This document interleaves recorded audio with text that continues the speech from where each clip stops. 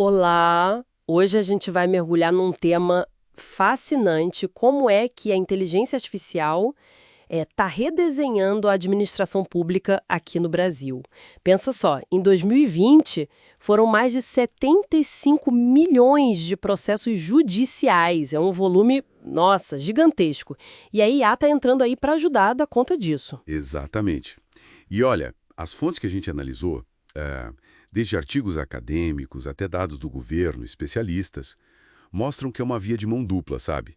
A promessa de eficiência é enorme, claro, mas os desafios, principalmente com as pessoas, com as estruturas, também são bem grandes. Pois é, e a nossa ideia aqui é justamente destrinchar isso. Tentar entender o que está mudando, né? Vamos começar pelo lado bom, talvez, os ganhos de eficiência que já estão aparecendo. No judiciário, por exemplo, tem o Justiça 4.0. Isso. E já tem ferramentas concretas, tipo o Victor, lá no STF, que ajuda a analisar aqueles temas de repercussão geral.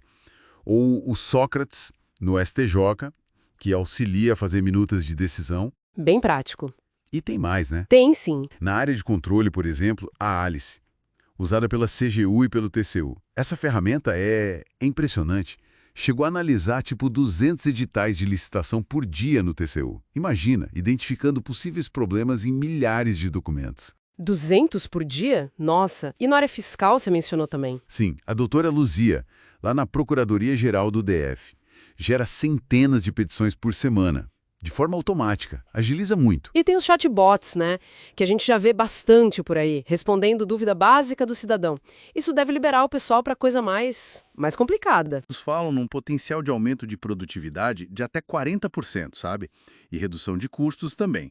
Mas é bom notar, né, por enquanto, pelo menos no judiciário, a IA está mais focada em ajudar nos procedimentos, mais operacionais mesmo, coisa que o Cruz e colegas apontaram. Entendi. Faz sentido começar por aí. Mas, bom, nem tudo são flores, né? Essa tecnologia toda chegando deve ter uns percalços. Quais são os principais desafios que as fontes mostram? Com certeza tem. E um dos maiores, talvez o principal, é o preparo das pessoas, dos servidores. Uma pesquisa da Revista do Serviço Público mostrou um dado preocupante. Quase metade dos servidores conhece pouco sobre IA e mais de 12% diz que não conhece nada. Nossa, quase metade. Pois é. E aí, o maior desafio que eles mesmos apontam é a necessidade de treinamento. Cerca de 30% falou isso. Imagino que isso gere um certo receio também, né? O medo de perder o emprego para a máquina. Tem algo sobre isso? Tem sim. A McKinsey, por exemplo, estimou que globalmente uns 15% das funções poderiam ser eliminadas. E estudos aqui no Brasil indicam que tarefas mais rotineiras são bem vulneráveis à automação. É o medo real, então. Sim, e soma-se a isso, às vezes, uma resistência cultural, sabe? Uma desconfiança com a máquina. Alguns estudos falam disso. Até a preferência pelo contato presencial ou a dificuldade com curso online aparecem como barreiras. E claro, tem a questão da capacidade da instituição mesmo. Precisa ter infraestrutura, digitalizar o que é antigo, garantir que o pessoal consiga usar as ferramentas.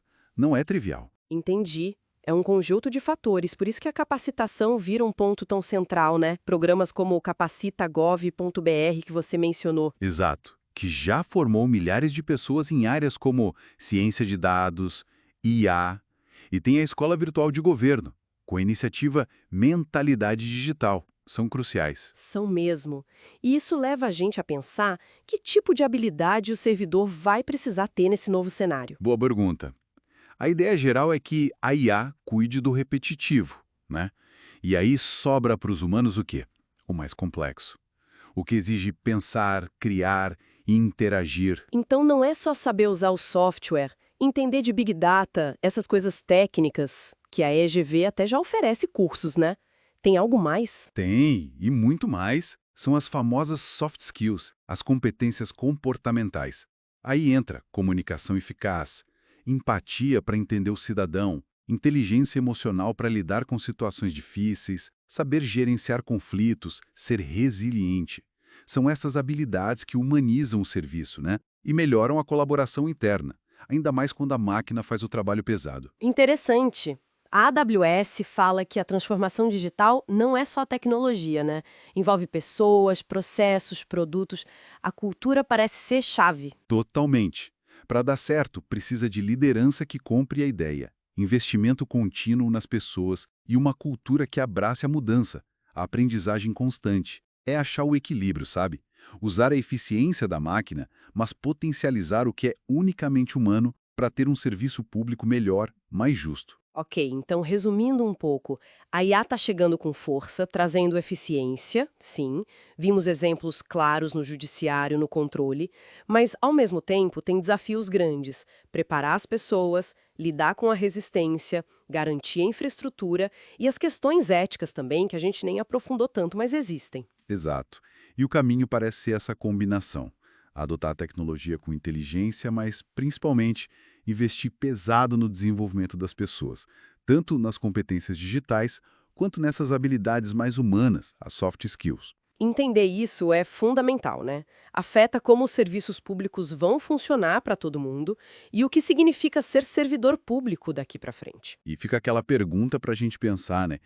Se a IA vai fazer o trabalho rotineiro, qual vai ser o novo grande valor que o servidor público vai entregar?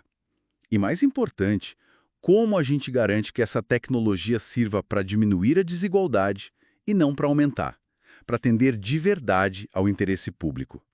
É um debate essencial.